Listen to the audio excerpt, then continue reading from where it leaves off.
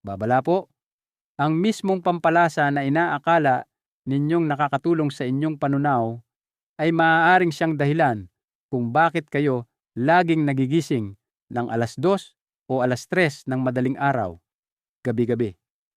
At ang mas malala pa, baka unti-unti nitong naaapektuhan ang inyong mga bato, presyo ng dugo, at maging ang kalidad ng inyong tulog nang hindi ninyo namamalayan. Ako po si Dr. Benigno Manlapas, isang doktor na nag-aalaga sa mga nakatatanda at nakita ko na ang ganitong pagkakamali sa napakaraming senior mula Cebu hanggang Cavite na laging nagigising at iniisip na ito ay dahil lang sa katandaan. Ngunit ang totoo, hindi po ito laging dahil sa edad. Baka ang dahilan ay nasa loob mismo ng inyong kusina. Ngayon, ituturo ko sa inyo ang 5 pampalasa na natural na nagpapakalma sa inyong pantog at tumutulong para makatulog kayo ng mahimbing sa buong gabi, at 5 karaniwang pampalasa na tahimik na gumagawa ng kabaligtaran. Pero bago po tayo magsimula, nais kong malaman kung taga saan po kayo nanonood at anong oras na diyan sa inyo ngayon. Paki-comment po sa ibaba. Binabasa ko po ang bawat isa dahil ang pagkakilala sa inyo ay tumutulong sa akin na makatulong sa iba pang tulad ninyo. At kung mahalaga sa inyo ang paksang ito, pindutin po ninyo ang subscribe button para hindi ninyo mapalampas ang susunod na payo na maaaring magbigay sa inyo ng mas mahimbing na tulog at mas magandang umaga. Simulan na po natin.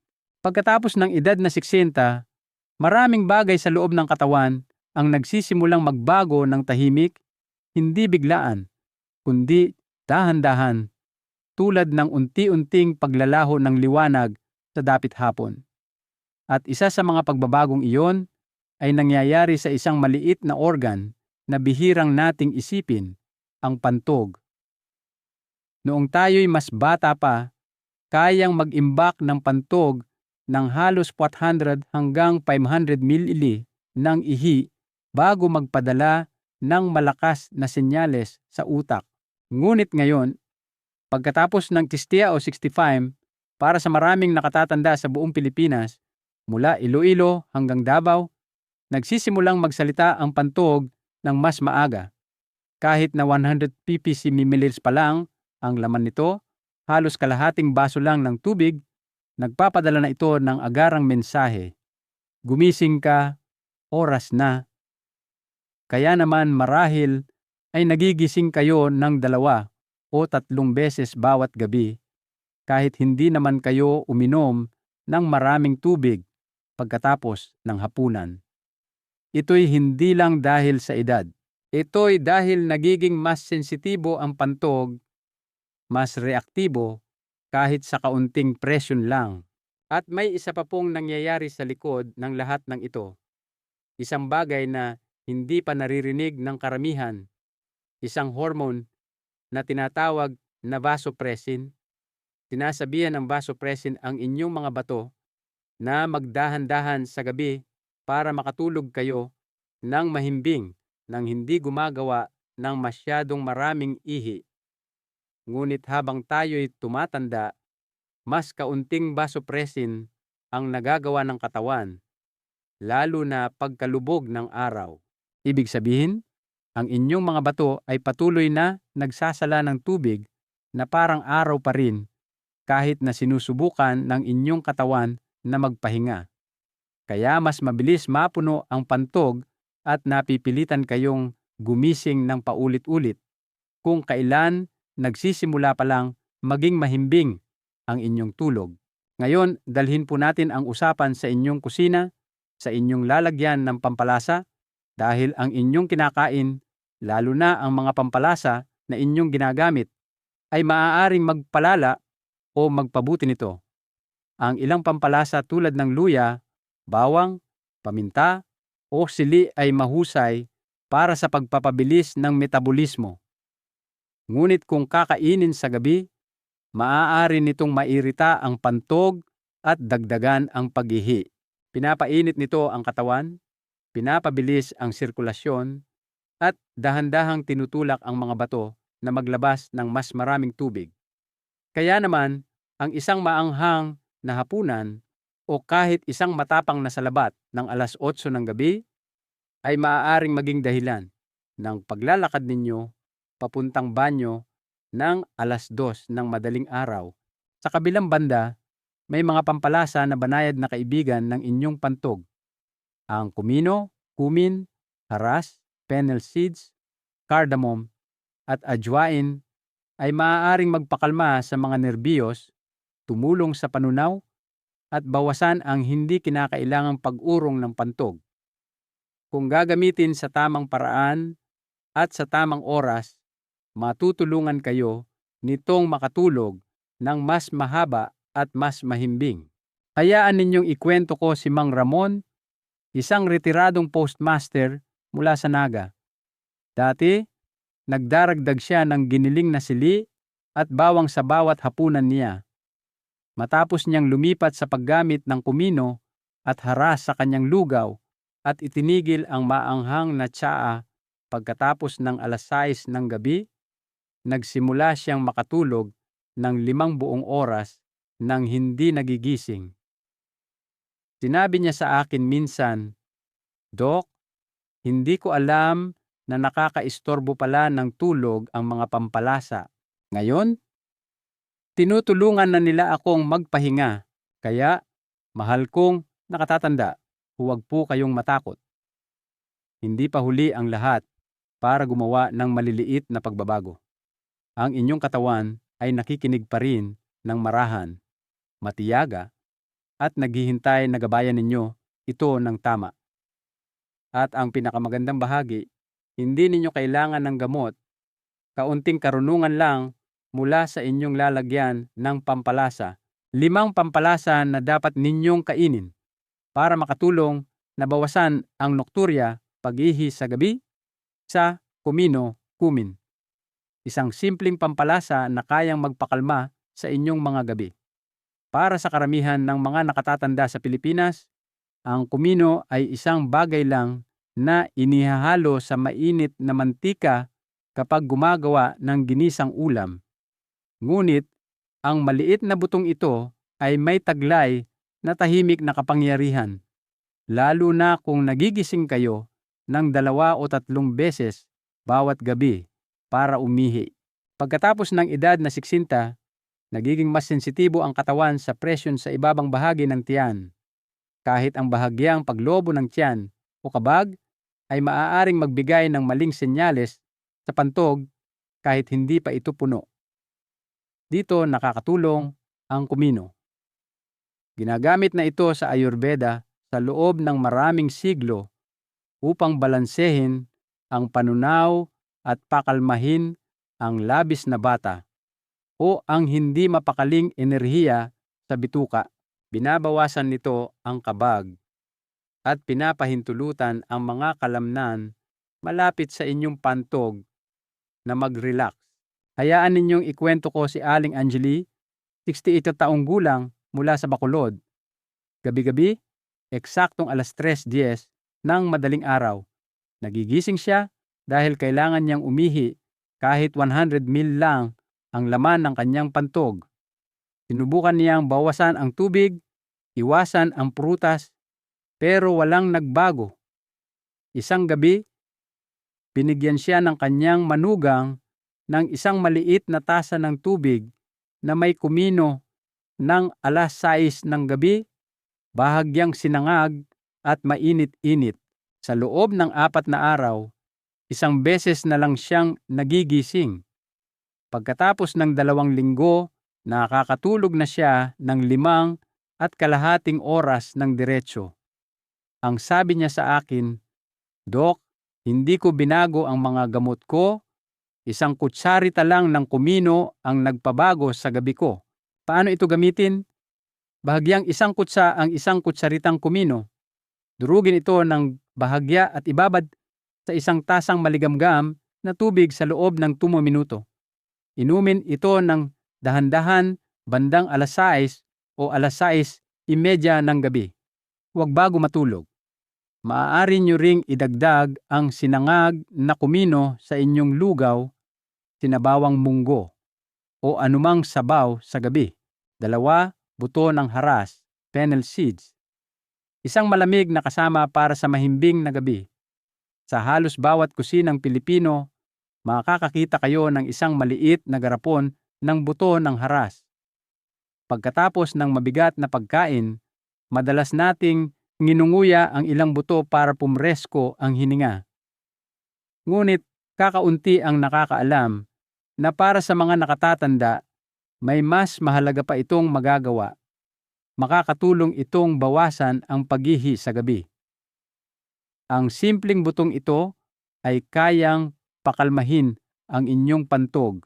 Ang haras ay natural na malamig, nakapapawi, at anti-inflammatory. Tinutulungan nitong i-relax ang mga kalamnan sa dingding ng pantog. Mayroon din itong mild na phytoestrogens na lalong nakakatulong sa mga kababaihan pagkatapos ng menopause kung kailan naaapektuhan ng mga pagbabago sa hormone ang katatagan ng pantog. Ikwento ko sa inyo si Lolo Pedro, 72 taong gulang mula sa Baguio. Dati siyang nagigising ng 2 beses bawat gabi. Naniniwala siyang normal ito pagkatapos ng sedemi. Isang araw, iminungkahi ng kanyang manugang na subukan niya ang tsaa ng haras sa hapon. Kaya nagsimula siya, isang kutsaritang haras na dahan-dahang pinakuluan sa isang tasang tubig at iniinom bandang 5:30. Sa loob ng isang linggo, napansin niyang mas mahaba na ang kanyang tulog. Tinatawag niya itong aking berdeng tsaa. Paano ito gamitin? Pakuluan ang isang kutsaritang buto ng haras sa isang tasang tubig sa loob ng 6 hanggang 10 minuto. Salain ito, hayaang lumamig ng bahagya at inumin ng dahan-dahan sa pagitan ng 5:00 at 6:00 ng gabi. Huwag lagyan ng gatas o asukal. 3, cardamom. Ang matamis na pampalasa na nagpapaginhawa sa katawan at nagpapakalma sa pantog. Sa lahat ng pampalasa, kakaunti ang kasing pamilyar ng cardamom. Ang matamis nitong aroma ay nagpapaalala sa atin ng mga kakanin at maalagang ina at lola. Ngunit, bukod sa bango nito, mayroon itong tahimik na kapangyarihang magpagaling, lalo na para sa mga nakatatandang nahihirapan sa putol-putol na tulog. Ang cardamom ay may banayad na epektong diuretic, ngunit sa halip na mairita ang pantog, pinaparelax nito ang mga kalamnan. Ibig sabihin, mas maraming ihi ang kayang hawakan ng inyong pantog ng komportable. Hayaan ninyong ikuwento ko si Lola Letty, isang retiradong guro mula sa Vigan, 70 taong gulang na ngayon. Sa loob ng 5 taon, nagigising siya ng hindi bababa sa 2 beses bawat gabi. Isang araw, nagdagdag ang kanyang apo ng isang dinurog na cardamom sa kanyang maligamgam na gatas bandang 6:40 ng gabi. Walang asukal. Sa loob ng 4 na araw, bumuti ang kanyang tulog. Sa loob ng 2 linggo, sinabi niyang halos 6 na oras na siyang natutulog nang hindi nagigising. Paano ito gamitin? Kumuha ng isang green cardamom. Dahan-dahang durugin para lumabas ang langis nito. Idagdag ito sa isang tasang maligamgam na gatas at inumin bago mag 7:00 ng gabi. Kung hindi kayo umiinom ng gatas, maaari ninyo itong idagdag sa inyong oatmeal o lugaw. 4, luyang dilaw, turmeric. Ang gintong pampalasa na nagpapaginhawa mula sa loob. Sa bawat tahanang Pilipino, ang luyang dilaw ay higit pa sa pampalasa. Ito ay tradisyon, gamot, at ginhawa. Ngunit ang hindi alam ng maraming nakatatanda ay maaari rin itong makatulong na bawasan ang pag-ihi sa gabi. Habang tumatanda tayo, nagiging karaniwan ang pamamaga sa loob ng katawan. Ginagawa nitong mas sensitibo ang pantog. Ang aktibong sangkap ng luyang dilaw, ang curcumin, ay isang natural na anti-inflammatory na dahan-dahang nagpapaginhawa sa mga iritadong tissue. Ikwento ko si Mang Ronnie, isang retiradong opisyal ng tren mula sa Cebu. 70 taong gulang na ngayon. Umiinom na siya ng luyang dilaw sa loob ng maraming taon para sa sakit sa tuhod. Ngunit isang taglamig nang dumalas ang kanyang paghihi sa gabi. Pinayuhan siya ng kanyang doktor na uminom ng maligamgam na gatas na may luyang dilaw bago maghapunan. Gabi-gabi ng 6:30, umiinom si Mang Ronnie ng isang tasang gatas na may kalahating kutsaritang luyang dilaw at isang kurot ng paminta. Sa loob ng 3 linggo, isang beses na lang siyang nagigising sa gabi. Paano ito gamitin? Kumuha ng kalahating kutsaritang purong luyang dilaw. Dahan-dahang pakuluan ito sa isang tasang gatas sa loob ng 15 hanggang 7 minuto at magdagdag ng isang kurot ng paminta para mas mahusay na ma-absorb. Inumin ito ng dahan-dahan bago mag-alas 7 ng gabi. 5. Ajwain, carom seeds. Ang mainit na buto na nagpapasigla sa panunaw at nagpapakalma sa pantog. Ang maliit na butong ito ay may daladalang init at katatagan sa tiyan. Kapag ang pagkain ay nananatili ng matagal sa tiyan dahil sa mabagal na panunaw, nagsisimula itong puminduot sa pantog mula sa itaas. Nakakatulong ang ajwain na maiwasan ang problemang iyon sa pamamagitan ng pagpapasigla sa agni o ang digestive fire at mabilis na pagtunaw ng pagkain bago ito maging sanhi ng kabag. Ikwento ko sa inyo si Aling Carmen, 71 taong gulang mula sa Pampanga. Kumakain siya ng hapunan bago mag-alas 7 ng gabi, ngunit nagigising pa rin ng alas 2:30 ng madaling araw. Iminungkahi ng kanyang kapitbahay na subukan niya ang tubig na may ajwain sa hapon. Kalahating kutsarita na pinakuluan sa isang tasang tubig. Sinimulan niya itong inumin araw-araw ng alas 5:30 ng hapon. Sa loob ng 2 araw, nakakatulog na siya ng 5 oras nang hindi nagigising. Paano ito gamitin? Kumuha ng kalahating kutsaritang buto ng ajwain at pakuluan ito sa isang tasang tubig sa loob ng 5 minuto. Salain, hayaang lumamig ng bahagya at inumin ng dahan-dahan bago mag-alas 6 ng gabi. 5 pampalasa na dapat iwasan. Pagkatapos ng alas 6 ng gabi, luya. Ang makapangyarihang ugat na maaaring makagambala sa iyong tulog kung iinumin sa maling oras. Ang luya ay isang malakas na stimulant. Pinapataas nito ang sirkulasyon, temperatura ng katawan, at tinutulak ang mga bato na magsala ng mas maraming likido. Nakakatulong ito sa araw, ngunit pagkatapos lumubog ang araw, maaari itong magpadala ng maling senyales. Maraming nakatatanda ang nag-aakalang nakakakalma ang isang mainit na tasa ng salabat ng alas 8 ng gabi, ngunit sa loob, ang katawan ay tahimik na na-overstimulate. Hayaan ninyong ikwento ko si Mang Kiko, 70 taong gulang mula sa Cavite. Gabi-gabi siyang umiinom ng salabat pagkatapos maghapunan, ngunit 3 beses din siyang nagigising sa gabi. Nang itigil niya ang kanyang panggabing salabat at inilipat ito sa umaga, naging malinaw ang pagbabago sa loob ng 1 linggo. Ngayon ay nakakatulog na siya mula alas 10:30 hanggang alas 4:30 ng umaga nang walang gising. Ano ang maaari ninyong gawin? Iwasan ang salabat, gatas na may luya o pulbos ng luya pagkatapos ng alas 6 ng gabi. Kung gusto ninyo ang luya para sa panunaw, inumin ito bago mananghalian.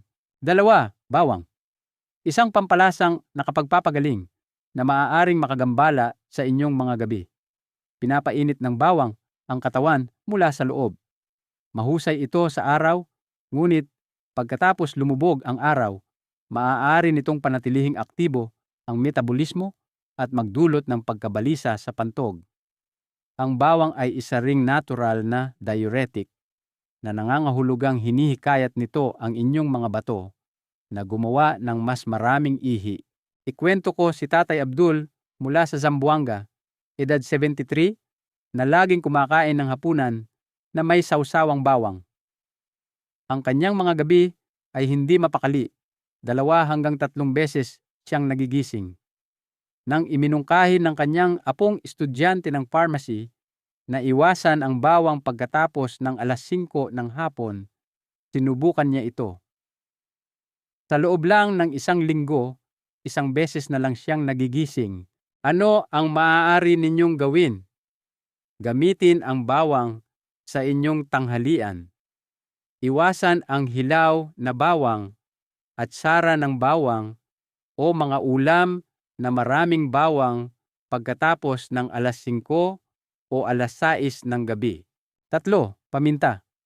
Ang matapang na pampalasa na maaaring tahimik na gumugulo sa iyong tulog. Pinapasigla ng paminta ang inyong nervous system at panunaw. Ngunit pagkatapos ng siksintu, kailangan ng inyong katawan ang kalmadong gabi. Pinapataas ng paminta ang init ng katawan at bahagyang niriirita ang panloob na sapin ng pantog. Ikwento ko si Mang Simeon mula sa Cagayan de Oro, 69 taong gulang. Nakasanayan na niyang uminom ng isang maliit na tasa ng mainit na sabaw na maraming paminta gabi-gabi. Sa paniniwalang nililinis nito ang kanyang lalamunan. Ngunit 2 hanggang 3 beses din siyang nagigising para umihi. Nang ilipat niya ang pag-inom ng mapamintang sabaw sa tanghalian, sa loob ng 2 araw ay nagsimula siyang makatulog ng halos 5 oras ng diretso. Ano ang maaari ninyong gawin? Idagdag ang paminta sa inyong mga pagkain sa umaga o tanghali. Iwasan ang matapang na tsaa na may paminta pagkatapos ng alas 5 ng hapon. 4. Siling pula, chili powder. Ang maapoy na pampalasa na maaaring nagpapainit sa inyong mga gabi. Ang siling pula ay naglalaman ng capsaicin, isang natural na compound na nagpapasigla sa mga nerbiyos. Ginagawa nitong kapanapanabik ang pagkain, ngunit niriirita rin nito ang sapin ng pantog. Kapag nairita ang dingding ng pantog, kahit kaunting ihi lang ay mararamdaman ng apurahan. Ikwento ko si Aling Shanti, 67 taong gulang mula sa Iloilo. Mahilig siya sa maanghang na pagkain at laging sinasabi, kung walang sili, wala akong malasahan. Ngunit nagdurusa rin siya sa putol-putol na tulog. Nang bawasan niya ang sili sa hapunan, napansin niyang bumuti ang kanyang tulog. Ngayon ay 1 beses na lang siyang nagigising. Ano ang maaari ninyong gawin? Itabi ang inyong mga maanghang na pagkain para sa tanghalian. Iwasan ang siling pula sa hapunan, sa mga atsara o sawsawan pagkatapos ng alas 5 ng hapon. 5. Cinnamon. Ang matamis na pampalasa na maaaring lihim na gumugulo sa iyong tulog. Pinapataas ng cinnamon ang panloob na init at pinapasigla ang sirkulasyon. Kapag nagpatuloy ang epektong ito sa gabi, maaari nitong gawing mas sensitibo at aktibo ang pantog. Ikwento ko si Lolo Mario, 70 taong gulang mula sa Davao. Nagsimula siyang uminom ng tubig na may cinnamon araw-araw kahit bandang alas 8 ng gabi. Sa loob ng ilang linggo, napansin niyang nagigising siya ng 1:00 at alas 4 ng madaling araw. Hindi dahil sa sakit, kundi para umihi. Nang ilipat niya ang kanyang cinnamon sa umaga, nabawasan ang kanyang mga paggising sa gabi. Ano ang maaari ninyong gawin? Gamitin pa rin ang cinnamon, ngunit ilipat ang oras. Idagdag ito sa inyong pang-umagang tsaa o owats. Uminom ng tubig na may cinnamon bago mag-alas 10 ng umaga, hindi sa gabi. Paano gamitin ng tama ang mga pampalasa para sa mas mahusay na tulog? Pagkatapos ng edad na iksinta, ang katawan ay nagsisimulang magsalita ng mas mahina ngunit mas madalas. Ang parehong kumino, luyang dilaw, bawang, at luya na nagpapasarap sa ating pagkain ay maaaring makatulong sa ating pagtulog o magpanatili sa ating gising. Una, gamitin ang mas matatapang na pampalasa sa tanghalian, hindi sa hapunan.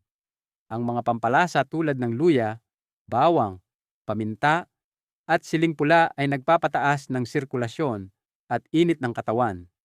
Kung iinumin ng gabi, maaari nitong istorbohin ang pantog, gawing mas magaan at mas malamig ang inyong hapunan na may mga pampalasa tulad ng kumino, haras, o luyang dilaw.